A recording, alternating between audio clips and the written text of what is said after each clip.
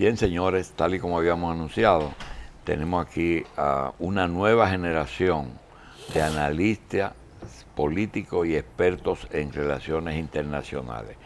Nosotros lo hemos hecho porque a veces se acusa este programa de que representa el pasado.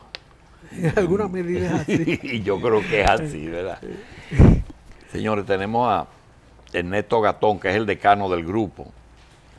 Ernesto Gatón nació en el 73, 12 años después de la muerte de Trujillo. Pedro Manuel Casals es hijo de Pedro Manuel Casals Victoria, nació en el 87, 16 años después de la muerte de Trujillo. Orlando Jorge Villegas, hijo de Orlando Jorge Mera y del poeta Villegas. De una hija del poeta Villegas. Nació 30 años después de la muerte de Trujillo. Yasser Román nació en el 90 y Julio Alberto Martínez, es hijo de Julio Martínez Pozo, nació en el 88. Finalmente, Ernesto Jiménez, hijo de Domingo Jiménez, político PLDista, nació en el 87. Todos son comunicadores políticos y nos queremos excusar porque no cabían todos, pero este grupo tiene un común denominador. Son comunicadores, son analistas, principalmente en economía, pertenecen, digo, a una nueva generación. ¿Cuántas generaciones fue que pasaron? Dos, ¿verdad? Después de la muerte de Trujillo, ¿o una? Realmente los que nacieron 30 años después de la muerte de Trujillo. Ya. Son 3 generaciones. Son 3 generaciones. Después de nosotros. Nos preocupa algo, y es que cuando un medio de comunicación necesita una opinión, generalmente nosotros buscamos las mismas personas que piensan como nosotros. Y muy pocos se les ocurre buscar el pensamiento de la gente nueva, ¿verdad, José? Sí, pero hay un problema, un desfase en la emergencia del pensamiento nuevo. A mí se me acercan muchos jóvenes, parientes, hijos de parientes, que conocen a uno por la televisión y me preguntan, ¿qué debe hacer la juventud hoy? Y yo me pregunto, nosotros, los que emergimos a la lucha pública en los años 60, no le preguntamos a nadie, simplemente encontramos nuestro lugar en el espacio. Mientras otros se arrimaban al trujillismo y se envilecieron en el trujillismo, y aunque lo oculten ahora, se envilecieron en el trujillismo, uno encontró un espacio y derrotó a Trujillo.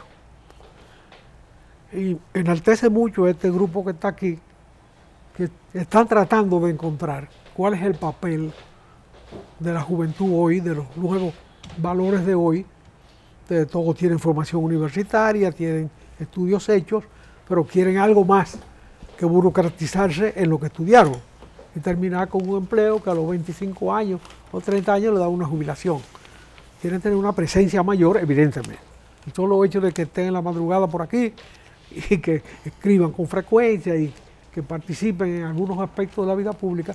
Ahora lo que queremos decir, preguntarle a ustedes, ¿cómo ven ustedes el futuro? El que ustedes van a administrar, o el que su generación va a administrar, pero nosotros estamos fuera de juego ya, hace días. No sabemos si realmente faltó coaching.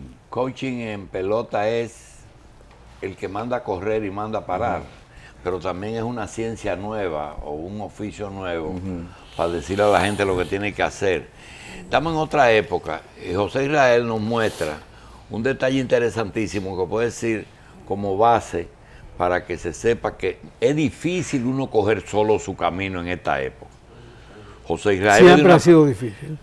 Sí, pero inclusive tomar un camino diferente al que le enseñaron a uno. Ahorita le preguntaban a una persona aquí, que no quiero decir quién es, que si él tenía los mismos hábitos y costumbres de su familia. Dice, no, todos mis hermanos eran eso, excepto yo. Todos eran de comunión diaria, católicos, pero él cogió otro camino. Me muestra el aeropuerto, la inundación de Puerto Plata. Señores, de 7 personas, 4 están hablando por por un celular. Ahí están. 4 están hablando por un celular. Es decir, que estamos en una época distinta. Con los pies en el pozo. Y metido hasta la rodilla. Pregunta. Vamos a comenzar con la pregunta que hace José. Una persona como Ernesto Jiménez, comunicador y analista político, ¿cuál es tu visión y qué tú quieres para este país? Todavía no entra en qué te preocupa, que ese es otro tema. ¿Qué tú quieres para este país? Primero, antes que todo, agradecerles a ustedes habernos invitado acá, tener la oportunidad y el privilegio de compartir con este equipo de Revista 110 y con estos amigos que también formamos parte de la misma trinchera, la misma tribuna de comunicación joven. Y siempre le agradecemos a Dios, nuestro Señor, el creador de todo, estas oportunidades tan bonitas que nos brindan. En República Dominicana hay siempre una anécdota que cuento, pues hablando con Nelson Mandela, le preguntaban, ¿y cuál es la visión para Sudáfrica? Denos 3 elementos clave que lleven al desarrollo de esta nación. Y Mandela decía, en primer lugar, la educación. En segundo lugar, la educación. Y en tercer lugar, la educación. Ustedes mismos estaban comentando anteriormente de que muchos de los problemas de la República Dominicana al día de hoy pudiésemos situarlos en el origen de los problemas de la Universidad Autónoma de Santo Domingo. Y tiene mucho de realidad en cuanto a que el nivel educativo o el papel que debió haber jugado la educación en este centro de estudios se ha tergiversado. Las luchas ideológicas y las luchas políticas y al día de hoy una especie de bandidaje, ¿no? que se aleja mucho de aquellas luchas de los tiempos de Balaguer que quizá tenían justificación. Pedro Enrique Sureña, uno de los más grandes pensadores dominicanos, decía que solo la cultura salva a los pueblos. Y hemos comentado muchas veces nosotros juntos en los espacios que compartimos que en República Dominicana la nueva juventud revolucionaria, esto sería bueno que lo escucharan los jóvenes en la UAS, debe hacer su revolución en las aulas, con lápices y papel, enseñando, educando, orientando. Y por eso estamos en comunicación. Nosotros como profesión somos economistas y estamos en las aulas, dando clases en la universidad, trabajando en los medios de comunicación e intentando aportar en estos órdenes que creemos es el futuro de la nación. Y ese es el panorama que vislumbro para este país, con esta nueva generación de jóvenes. ¿En qué estamos? Estudiando y utilizando estos conocimientos para orientar desde los medios de comunicación y para en las áreas diferentes en donde nos desempeñamos, intentar aportar en base al estudio y al conocimiento. Yasser, el mismo tema, a ver si tú tienes algo más además de educación. Sí, bueno, desde luego, yo debo siempre agradecer esta invitación a estar aquí en Revista 110, que me llena de felicidad, tomando en cuenta que era el programa que siempre tenían mis padres en las mañanas antes de yo marcharme al colegio, y estar aquí participando hoy en día, ya varios años después, me llena de orgullo. Y debo estar de acuerdo con lo que plantea Ernesto en lo que es el futuro de la República Dominicana. Yo creo que si bien la República Dominicana ha pasado de esas luchas ideológicas del pasado y que ha logrado en cierta medida superar la violencia política, ya hoy en día, por ejemplo, nadie va a matar a un PRDista por ser PRDista, ni va a atacar a un reformista por el simple hecho de ser reformista. Eso es positivo, pero hoy en día se ha perdido, en cierto modo, la motivación política ideológica, porque ya vemos que muchas personas se unen a la política, pero no necesariamente porque se identifiquen con algo. Aquí tenemos al doctor José Israel Cuello, que en ese momento se identificó con el comunismo, si se quiere, y muchas otras personas que se identificaban con el conservadurismo, pero hoy en día, y esto se ve traducido en el transfugismo, porque ya no vemos identificación de partidos más allá de lo que son sus colores, más allá de lo que representa la maquinaria política electoral en distintos procesos. Eso sí preocupa porque, reitero, qué bueno que superamos la violencia política, pero tenemos que de alguna manera recuperar lo que era la lucha de principios en el pasado. Siempre esto pasándolo a una frase que me llama mucho la atención de un líder que quizá no comulga con mi pensamiento político liberal conservador, pero que es alguien de quien yo he aprendido mucho, como lo es el ex primer ministro Tony Blair de Reino Unido, quien decía que el poder sin principios es estéril porque no da luz a nada, pero los principios sin el poder son inútiles porque efectivamente uno no llega a aplicarlos. Tenemos que recuperar la lucha de principios, la lucha de valores, la lucha de identificación con con una visión país, pero siempre tomando en cuenta que estas visiones deben ser aplicadas. Y yo sí le hago un llamado a todos mis compañeros generacionales y algunos que quizás no comparten generación, pero sí comparten una visión a futuro, que trabajemos todos juntos por transformar esa República Dominicana que podemos lograr y no quedar en esas generaciones perdidas que anteriormente, por su fanatismo, extremismo, o lo que uno quisiera decir, no llegaron a materializar lo que eran sus ideas. Bien. Martínez. Julio Alberto Martínez, hijo de Julio Martínez Pozo. Julio Alberto, discutimos a veces José y yo, o conversamos, no discutimos, sobre el fruto de nuestros compañeros, de las personas de nuestra generación, es decir, que han producido. Y como es natural, a veces son versiones mejoradas, a veces son algunos que no han alcanzado el mismo nivel de sus progenitores. Pero en el caso de hoy yo creo que no tenemos que arrepentirnos de nada. Ustedes son hijos de personas de las que tienen que sentirse orgullosos. Sin embargo, el tiempo, la profesión y las circunstancias hacen que no sean exactamente igual. En el caso tuyo, tú tienes la misma línea, los mismos objetivos, o tú eres una versión diferente de tu padre. Bueno, tenemos muchos rasgos en común, ¿no? Por lógica elemental, por cuestiones biológicas.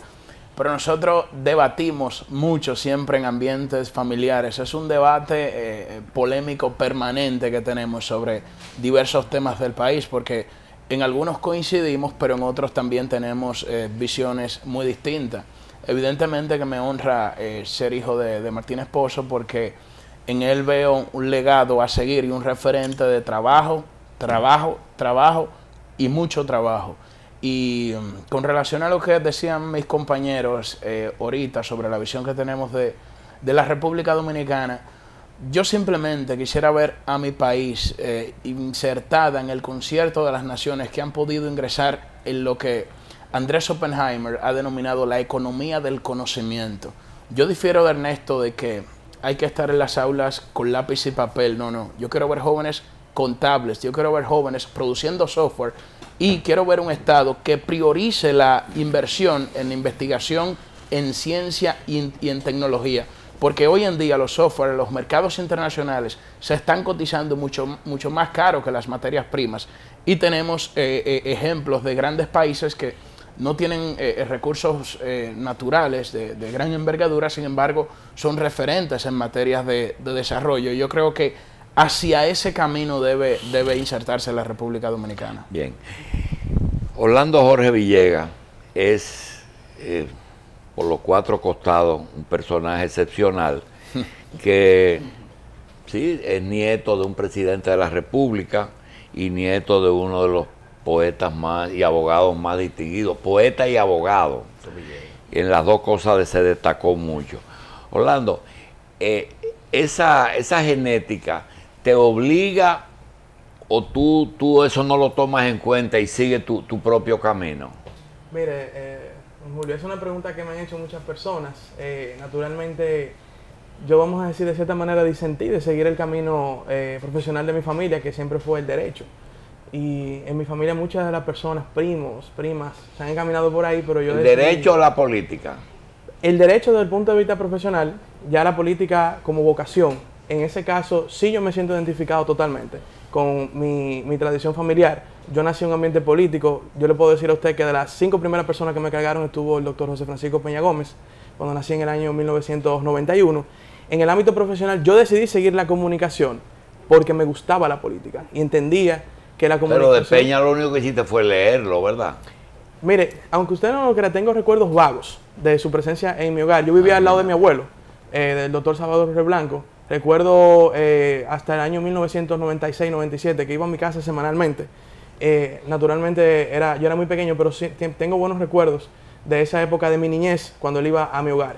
Pero yo seguí la comunicación precisamente porque me gusta la política. Entendía que era una forma también de ingresar a la política aportando desde antes, no militando en un partido únicamente. Nosotros estamos en los medios de comunicación y nosotros hacemos aportes, a veces hasta mucho mejores y mucho más significativos que lo que pueda hacer cualquier persona involucrada en un partido político. Naturalmente la militancia política es importante, porque como decía Yatzel, es importante nosotros inmiscuirnos en los asuntos públicos, pero no solamente de una manera pasiva, sino de una manera activa.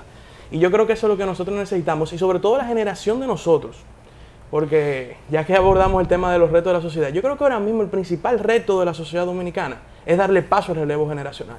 Sin dudas, hay un estancamiento generacional. Hacer en la lo que República usted está Dominicana. haciendo en estos momentos. Claro. Abrirse paso o que le demos paso. Si los jóvenes quieren entrar, hay que pagarse. Yo creo dos cosas. Yo creo naturalmente, es una pena, Julio, ver cómo hay una cantidad de fuga de cerebros en este país. Yo le apuesto que nosotros aquí, los que estamos aquí, tenemos más de 5 amigos que se han ido a este país, no solo a estudiarnos, sino a buscar oportunidades. Sí, pero decía José Israel con respecto a la universidad, que cuando regresaban los becados de cualquier parte, no solamente los de la URC, sino también venían de Estados Unidos médicos prestigiosos que querían dar su cátedra.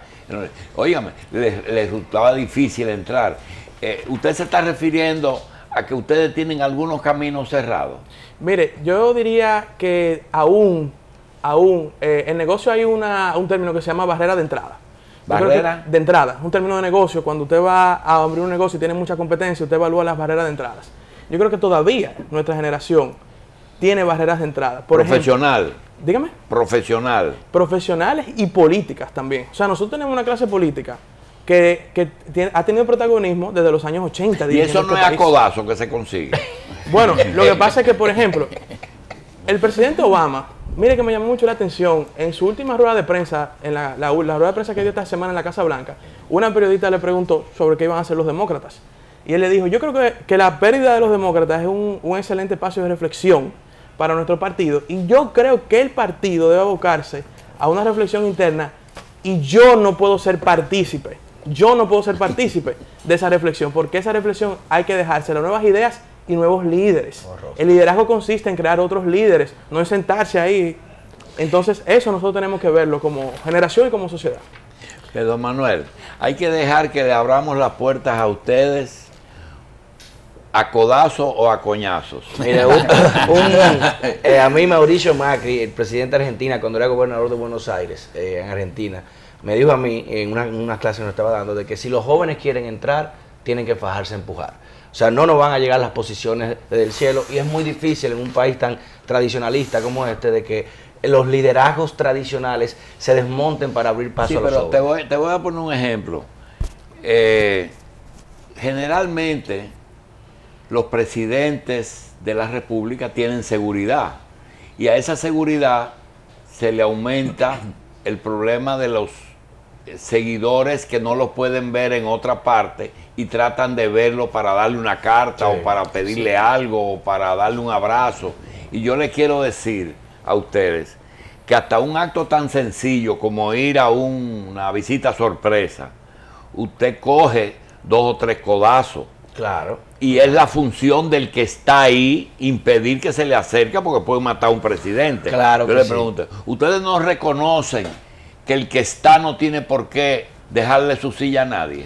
En cierta forma se pudiera pensar así, pero hacemos como menciona Orlando, lo que dijo Obama, que necesitamos nuevos rostros. El eternizarse en el poder lo único que lleva es corrupción y se ciendan los cimientos. O sea, cuando un presidente se mantiene en una hegemonía y mantiene un liderazgo tradicional, lo que sucede es, como hemos visto que han pasado en varios partidos aquí, es que se cae el partido ante la ausencia de ese liderazgo. Y por eso, para la misma supervivencia de ese partido, de esa ideología, es que se fomenta un nuevo liderazgo para poder surgir. Mira, Iván Ernesto Gatón tiene una ventaja sobre ustedes, y es que él ha caído en un círculo que es difícil caer y que uno no sabe cuál es el mecanismo. Es cuando aquí necesitan saber de medio ambiente, yo no sé por qué llaman a Osiris de León de una vez. Y cuando necesitan hablar de psiquiatría, llaman a César Mello, alcalde de Los Ángeles. Ya a Iván lo están acostumbrados a llamar. El internacionalista. Realmente, ya está dentro del círculo de entrevistables. No en la política, sino en los medios, que a la larga lo que hace destacar a una persona. ¿Cuál es el mecanismo para entrar, Iván? No, en el caso nuestro fue fundamentalmente por la docencia. Siempre estuvimos dedicados a la docencia. Y bueno, lo voy a hacer público. En una clase, una persona me escuchó hablar sobre temas de Medio Oriente y fue al Palacio Nacional y le comentó a don César Pina Toribio que había conocido a un joven, que ella había tomado clases sobre esos temas en Europa y que no había encontrado a alguien que lo explicara de la manera que uno lo había hecho. Y don César Pina me mandó a buscar a Palacio. Yo ni siquiera tenía rango en Cancillería, simplemente estaba dando mis clases y él fue que me abrió las puertas. La docencia es una puerta. La docencia para mí ha sido todo. Es una puerta. Fue todo. La docencia, aunque estaba con las utopías y con necesidades perentorias para resolver los asuntos de una hija pequeña, y las universidades aquí lamentablemente no valoran la educación ni al que investiga. Eso es verdad. Entonces uno estaba con esos sueños y bueno, apareció un preceptor, en este caso, un mecenas, que fue don César. Mire, antes de la pausa le queremos hacer una historia. En el Conde, no le voy a decir los apellidos, durante muchos años había 3 edificios muy emblemáticos del Conde. Y eran de 3 familias muy conocidas aquí. Sí. Los hijos tomaron 3 caminos totalmente opuestos. Uno se destacó y multiplicó la fortuna, Bancas. Otro terminó narrando pelota, comentarios que le daban los comentaristas de oportunidad para decirlo, y en fin, y los otros se extinguieron porque se dedicaron a otra cosa, y realmente el origen ayuda a abrir. Ernesto Jiménez. Retomando la pregunta, ¿no? ¿Eh? Retomando la pregunta sobre... Bueno, se puede retomar la pregunta y podríamos partir de nobleza obliga. Sí. Así es. Adelante. Adelante. Ustedes están comprometidos con la comunicación, están comprometidos con la vida pública, la mayoría. Ahora, ¿dónde tú desarrollas esa actividad hoy? Además, van dos cosas ahí. Ok. ¿Dónde desarrollo la comunicación social? Tengo la oportunidad inmensa de compartir con Julio Alberto Martínez, Pedro Manuel Casals, Orlando Jorge Villegas y con Yatsel Román un espacio llamado Tiempo de Orientación, que se transmite en Teleradio América a las 11 de la noche todos los días. Ayer justamente estábamos con Yatsel analizando los principales temas nacionales e internacionales. También estamos los sábados a las 5 de la tarde en Triángulo de Opinión, en este mismo canal, Teleradio América. Y recientemente iniciamos un proyecto junto a Julio Alberto Martínez también, Pedro Manuel Casals y Orlando Jorge Villegas en El Sol de los Sábados, por Sol 106.5 FM, todos los sábados a las 7 de la mañana. Ahí ejercimos nuestro oficio de comunicador social. Y lo otro, Dígame. nobleza obliga. La apertura de puertas, ¿verdad? La pregunta antes de la pausa. Sí, por supuesto que influye. Hay un libro del Premio Nobel de Economía, Joseph Stiglitz, llamado La Gran Brecha. Él analiza la desigualdad social y explica cómo en los Estados Unidos, la nación paradigma, ¿no?, de la democracia liberal y del capitalismo, que rompió con los esquemas de la monarquía totalitaria que reinaban en los siglos XVI, XVII y XVIII, resulta que en los Estados Unidos en los últimos 50 años se ha ralentizado la tasa de cambio en movilidad social. Es decir, al día de hoy, según este análisis, en Estados Unidos influye más tu parentesco, tus genes, tu descendencia o tu ascendencia, en este caso, a como influye hace 50 años. En República Dominicana tenemos ejemplos también bastante aleccionadores. Por ejemplo, todos nosotros somos, de una o de otra forma, beneficiarios de nuestros orígenes. Y retornando a Estados Unidos, para que no se vea esto tan solo como un fenómeno en sociedades poco desarrolladas, recordemos, por ejemplo, a John Fitzgerald Kennedy, que era hijo del político y empresario Joseph Kennedy. Y resulta que su hermano Robert Kennedy lo asesinaron justamente. Fíjense ya cómo estamos hablando de 3 personajes históricos estadounidenses de una misma familia. El hermano de John Kennedy fue asesinado porque se veía como un potencial próximo presidente de los Estados Unidos. O eso afirman algunas teorías de conspiración. Pero resulta que el hijo de John F. Kennedy, que sería el nieto de Joseph Kennedy, murió en un accidente de avión que todavía está sumido en ciertas brumas y en asuntos que uno a veces piensa que quizá hay algo detrás. Entonces, tenemos el caso de George Bush. Y mencionamos Estados Unidos porque es el paradigma, ¿no?, de democracia liberal. Prácticamente ahí se inventó la democracia liberal, que es hijo del expresidente Bush también. Y el hermano fue de los precandidatos que compitieron contra Donald Trump para las elecciones, para la precandidatura presidencial del Partido Republicano. Entonces, fíjense, claro que influye. Ponemos el ejemplo de los Estados Unidos, tenemos ejemplo acá, y si analizásemos Europa también encontraríamos una miríada de ejemplos que confirman esta teoría. Se podría agregar a doña Hillary, pero sin embargo, lo que triunfó es la negación de eso. Exactamente. Sí, ya sé. Exactamente. Óyeme, si tuviera aquí en el país quizá uno de esos sillones adicionales sería el del embajador dominicano en la Gran Bretaña, que justamente Federico Cuello. que justamente yo no voy a hablar por él, pero él ha tenido todo un efecto contrario a lo que estamos hablando, es decir, su herencia yo no creo que lo haya ayudado mucho a lograr. ¡Ay, esa izquierda! Sí, que de hecho, No, te voy a decir algo, Casal. Más que la izquierda, no. Las posiciones. Las posiciones. Porque es que aquí hay una cosa que tú puedes engañar mucho, pero no puedes decir mucho la verdad, a la gente no le gusta. Pero en este caso, Ay, don buena Julio, está en este caso con el embajador en Gran Bretaña pasaría algo que una vez leí de Salomé Ureña, esposa de Federico Enríquez y Carvajal, que decía que los hijos de familias en donde se incentivaba la cultura y la educación terminaban siguiendo oficios similares a los de sus padres. Entonces, la explicación acá, me imagino, fue la educación que en su hogar le inculcaron, que le llevó a obtener los conocimientos para ejercer funciones de la manera y con el prestigio que lo ha hecho. Salen aire, adelante. Jackson se destacó cuando se presentaron porque no tiene un origen que lo condicione. sí, bueno, mi madre siempre fue simpatizante de las ideas del doctor Joaquín Balaguer, pero no fue precisamente dirigente dentro del Partido Reformista. Yo sí me he identificado con esas ideas liberal conservadoras de austeridad, de rechazo al endeudamiento público, de fomento del medio ambiente, fomento de la seguridad pública, pero no soy precisamente heredero de una línea política.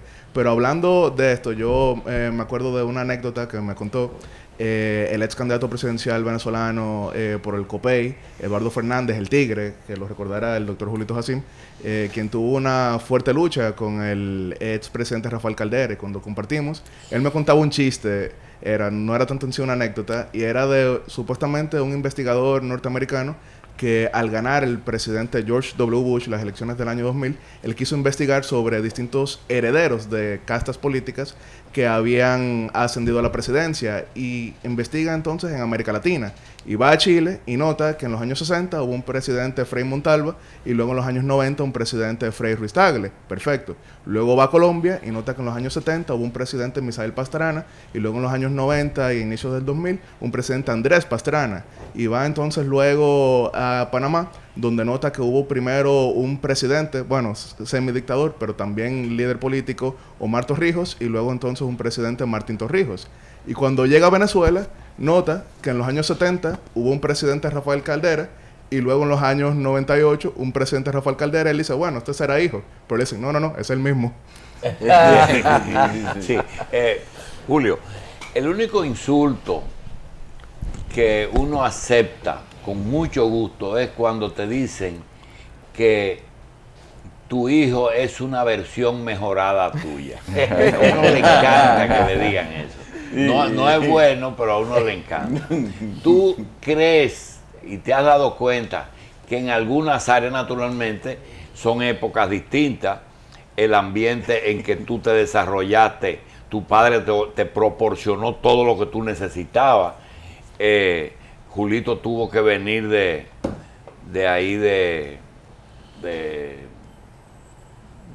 por ahí, por los Alcarrizos, por ahí, de Bayona. No es lo mismo, no es lo mismo, realmente, y el camino tampoco fue lo mismo. ¿Tú eres más periodista o más analista, o tú eres un economista? Bueno, aquí hay que ser todólogo, porque el que se dedica al oficio de la comunicación tiene que cultivarse todos los días y siempre estar actualizado. ¿Y qué tú estudiaste? Siempre hacer un esfuerzo. Yo estudié Administración de Empresas y luego me fui a la Universidad Complutense de Madrid y realicé un máster en Liderazgo Democrático y Comunicación Política. Y aquí, como le decía, o sea, uno tiene que prácticamente en este oficio cultivarse todos los días. Yo creo que cada quien es diferente. Mi padre es diferente, tiene un estilo muy auténtico, ya uno evidentemente que nace con otras condiciones, como dirían los marxistas, materiales de existencia totalmente distintas y mucho más oportunidades, pero yo creo que en definitiva la raza de la vaca, como dice Hipólito Mejía, pesa en este país.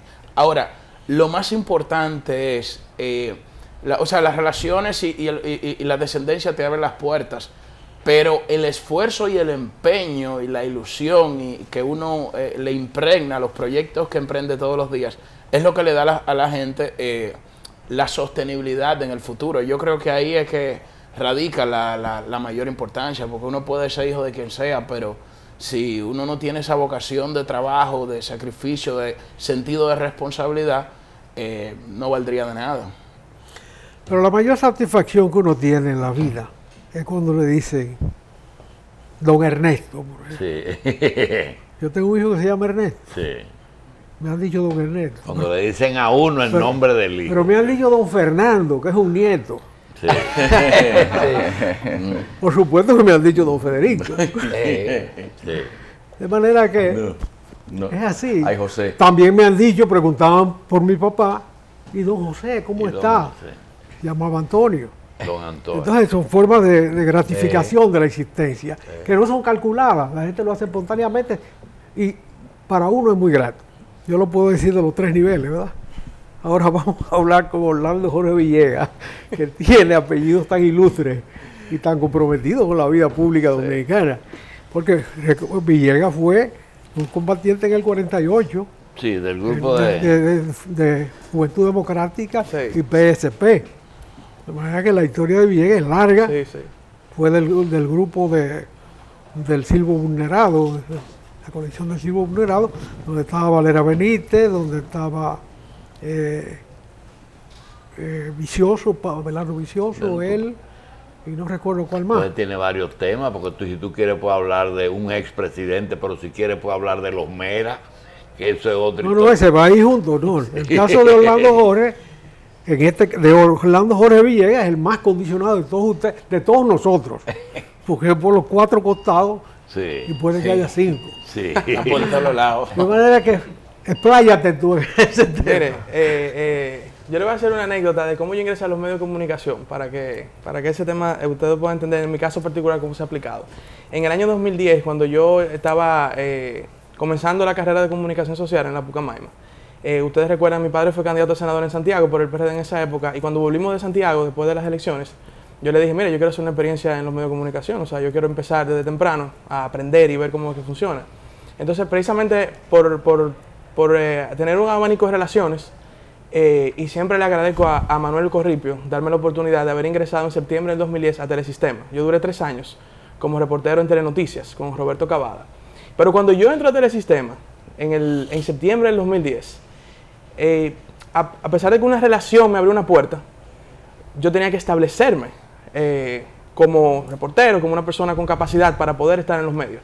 Y yo recuerdo, yo siempre hago esa anécdota, que al inicio todo el mundo me veía el blanquito, el hijo de papi y mami, este muchacho que hace aquí, y mi hijo, y que tú estás perdiendo tiempo en esto, tú eres un muchacho que no necesita estar en esto. O sea, se creó una especie de concepto de que porque uno haya venido quizá de tener facilidades en la vida, que eso uno siempre lo agradece a Dios y lo agradece a la misma familia, uno no tenía cabida quizá en un medio de comunicación noticioso. Y créanme que tuve que superar todos esos preconceptos que se habían hecho en torno a mi persona en ese momento para poder demostrar que independientemente de cualquier origen o de cualquier apellido, de cualquier cosa, uno tenía la capacidad de poder militar en los medios de comunicación. Y me acuerdo, mi primera asignación me enviaron a Gualey a cubrir la funeral de un supuesto delincuente en un callejón más pequeño que esa puerta que está ahí. Y naturalmente uno le impactaba ver en televisión ese tipo de funerales donde en una salita pequeña habían 100 personas, todo el mundo llorando al mismo tiempo. Eso me impactó bastante, verlo de frente. Y me acuerdo que Miguel Febles, que me imagino que ustedes lo conocen, jefe de redacción de Telenoticias, me dijo, ve, cúbrelo y ármate tú una historia, a ver qué tal. Y ese fue mi fogueo, mi primera, vamos a decirlo, el primer picheo que me tiraron allá. Y a partir de ahí entonces pude asentarme en los medios de comunicación. Hoy día yo soy director de Antena Noticias 7, en el Canal 7. Pero ha sido, bueno, como decía don Julio, o sea, ha sido a codazo. O sea, claro, se me dio la oportunidad. Dijiste algo que quizás te abran la puerta, pero Exacto. tienes que entrar. Exactamente. Claro. Y miren, en el caso de Manuel Corripio, Totalmente. te quiero decir algo que tengo que hacerlo ahora porque si no se me olvida por el problema del Alzheimer. El alemán ese. Pero le voy a contar algo. Aquí hay dos familias, que posiblemente sean las dos familias más ricas del país, que han hecho cosas en que su mano derecha no se ha enterado de la izquierda.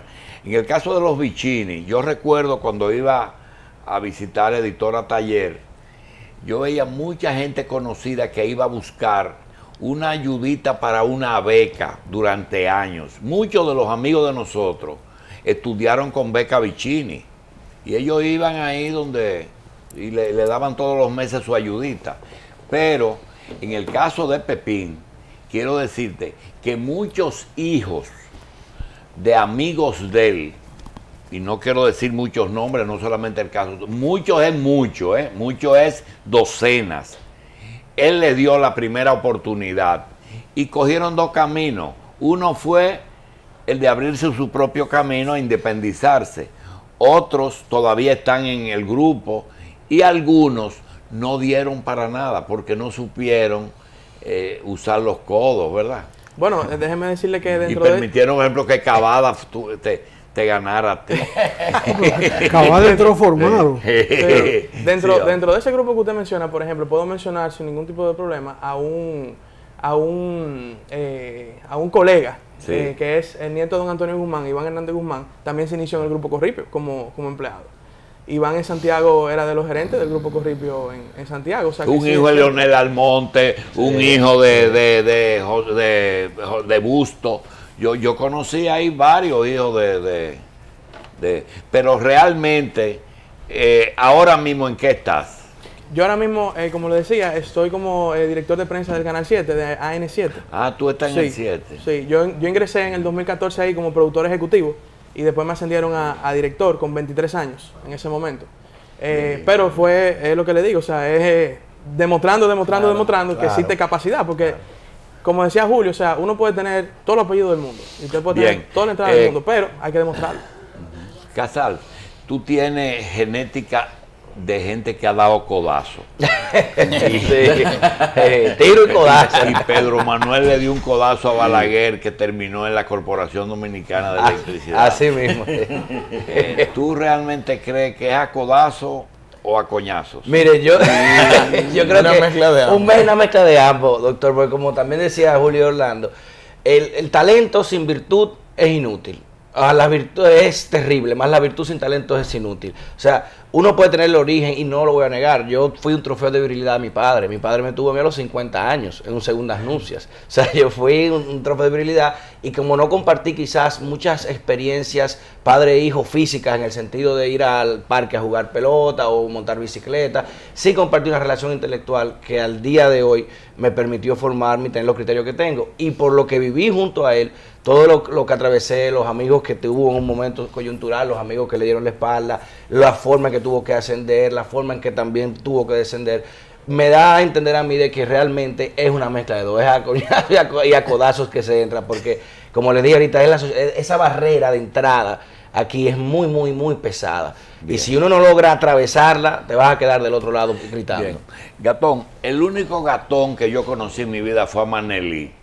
No conocí más Gatón. ¿De dónde vienes? No, Freddy Gatón también. Ay, Freddy Gatón Arce, ¿verdad? Sí. Mi familia es de Higüey. Yo soy de los Gatón de Higüey. Pero yo nací y me crié en Sabana Grande de Boyá. Mis orígenes son muy distintos.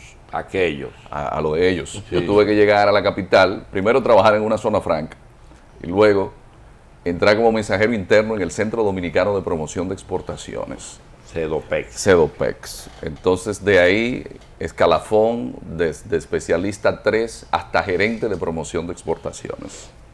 Y luego... Y mientras tanto, ¿dónde ibas estudiando? No, desde temprana edad, mi familia hay una tradición de educación. Mis tías eran educadoras, Ya a los 14 años trabajaba como traductor de inglés con unos americanos que iban a mi campo. Ya me habían iniciado en los estudios de los filósofos estoicos, presocráticos, política internacional. Es decir, yo me crié conociendo al Shah Mohammad Reza Pahlavi y conversando con mi papá sobre esos temas. Es decir, todo el tema internacional viene porque mi papá tenía una formación de hogar, que eso evidentemente usted lo hereda. Claro. Y mi padre, como Pedro Manuel, mi papá me tuvo a mí a los 45 años. Tú eres hijo de viejo. Yo soy un hijo de viejo. Tenemos abuelos casi padres. Sí, yo tengo hermanas que eran más mayores que mi madre, pero la dedicación, la formación mía no es tanto ni de la universidad, sino que era en la casa. Yo tenía que estudiar con mi padre. Había una rutina de estudio diaria y sobre todo en política internacional. Cuando Saddam Hussein llega con el partido Baas, ya en el 79, que yo apenas tenía 6 años, ya en mi casa mi papá le hablaba a uno de eso. Y a mí nunca se me olvida una anécdota. En mi pueblo, Sabana Grande de Boyá, las calles no eran asfaltadas y jugábamos en la calle. Y yo le digo a los muchachos, con 7 u 8 años, miren, hoy mi papá me enseñó un país nuevo que se llama Singapur, y dicen los muchachos, ay, miren, un hombre de mala palabra. Quizás nos equivocamos invitando tantos cuarto bate a tan poco tiempo. Y quiero preguntarte, ¿tú entiendes que tú llegaste donde querías o te falta mucho por todavía, como decían los políticos? Falta mucho por hacer. No, yo entiendo que la vida es hoy y que hay que tener la humildad de reconocer que la existencia no la manejamos nosotros, que Dios es el que sabe hasta dónde nos tendrá en la tierra, que uno no sabe cómo vino ni sabe cómo se va a ir. De ahí que una de las críticas más serias que yo tengo para mi generación y para las generaciones que son posteriores a mí es que hemos perdido el sentido del límite. Tenemos muchos estudios, todos hemos estudiado fuera, pero cuando estamos en el Estado, la vanidad nos corroe.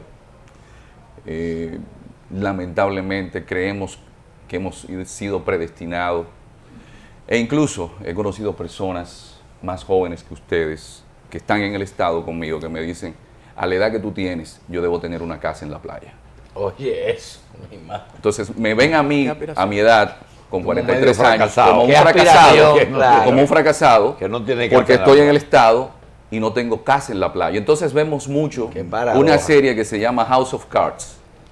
Y entonces creemos que todo es la confabulación, que todo es la intriga. El codazo. Y los codazos. Entonces, cuando se habla del país en sí, nosotros tomamos al país como preservativo en el discurso, pero no porque sea algo realmente sentido. Nos falta una ronda.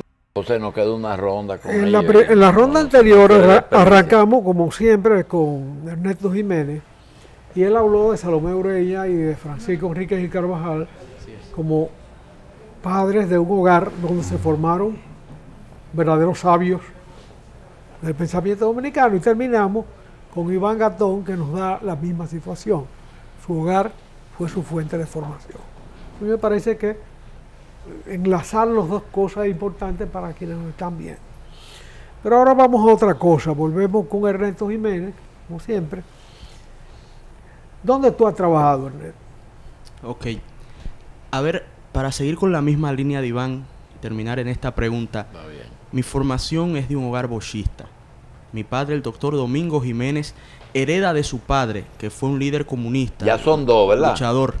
Ya son dos bochistas. No, dos. No, claro, Julio Alberto. Julito y Domingo se encuentran con la mano, dice. Balaguerita, Román es Balaguerita. PRD.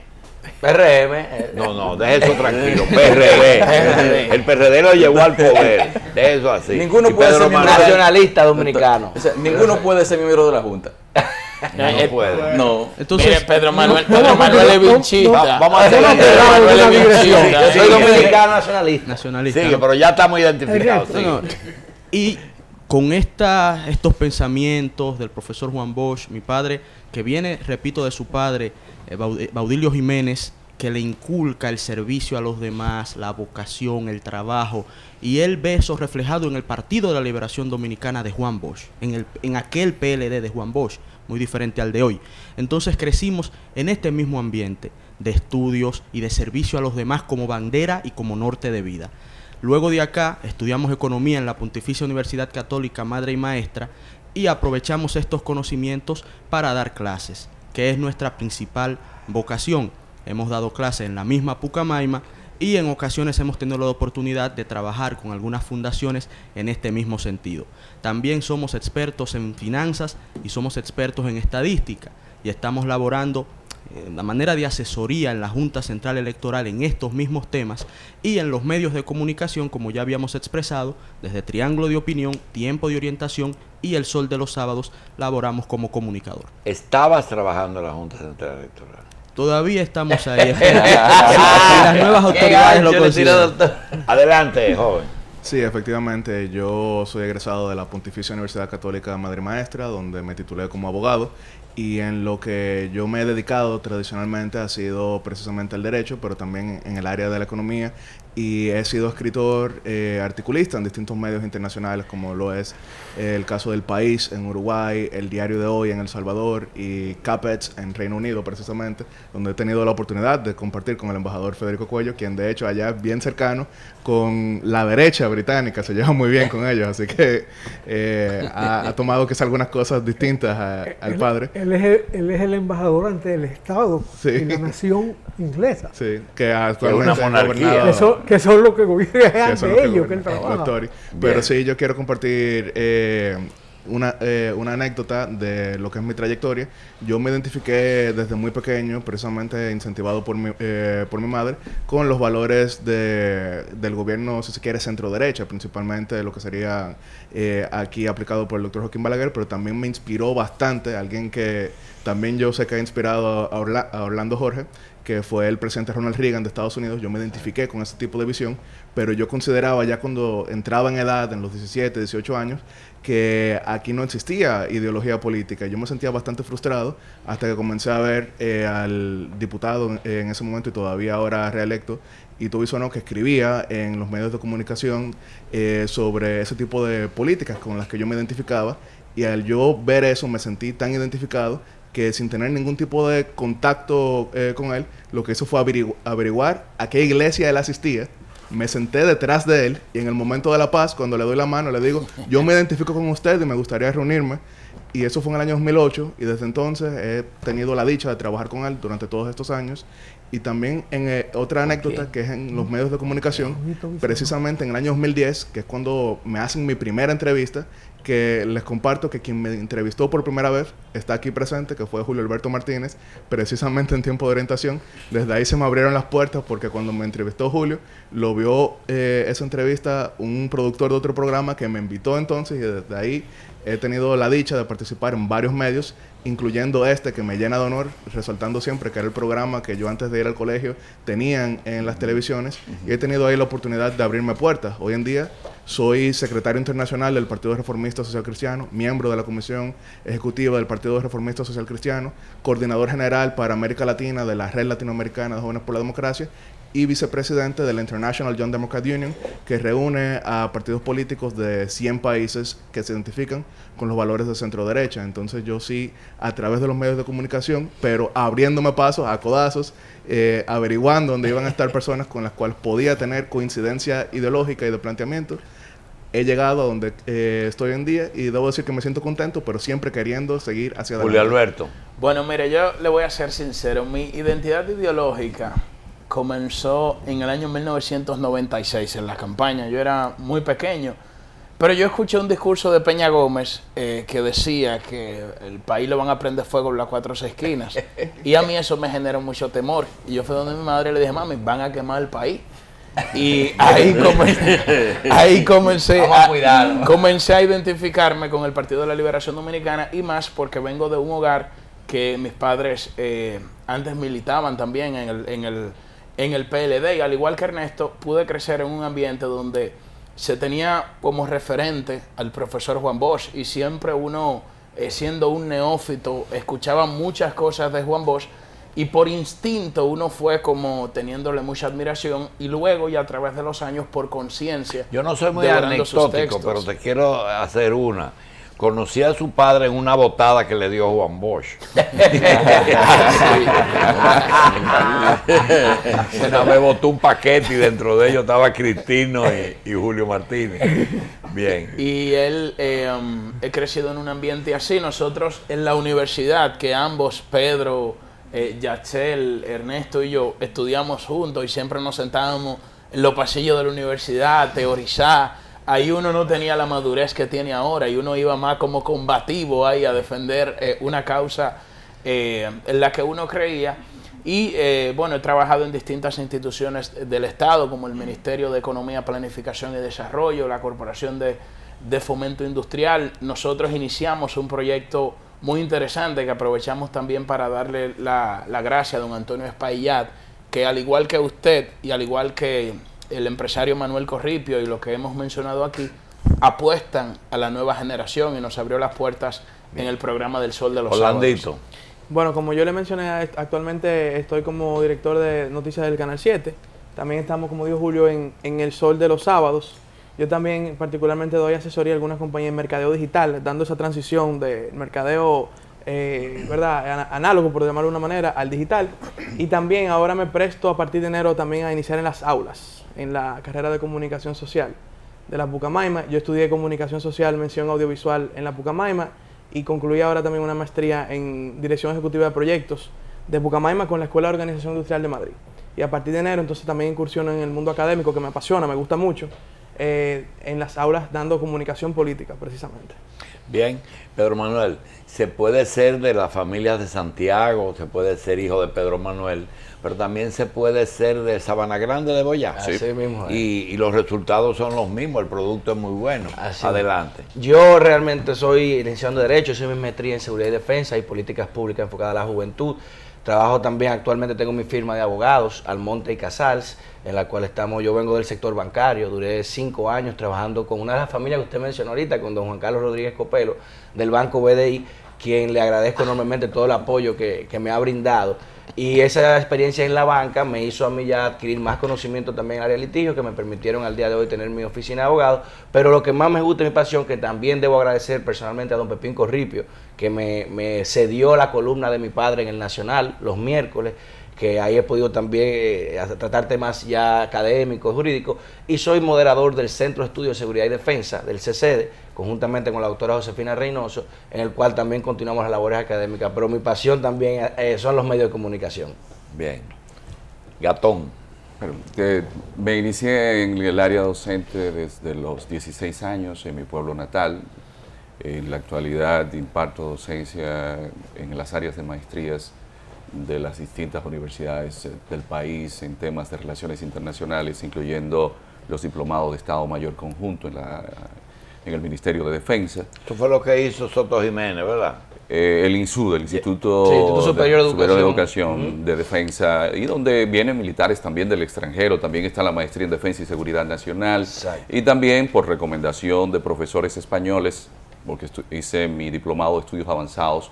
Usted ha girado en torno a docencia. Todo lo mío ha sido docencia. Tengo 27 años impartiendo docencia ininterrumpidamente. Y estudié una maestría en ciencias políticas en la Universidad una pregunta para Pero no has estado en el cuerpo diplomático. he trabajado en el cuerpo diplomático en los temas de OMC.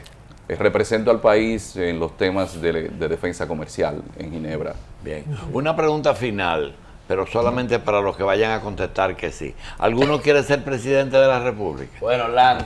Es el único, ¿verdad?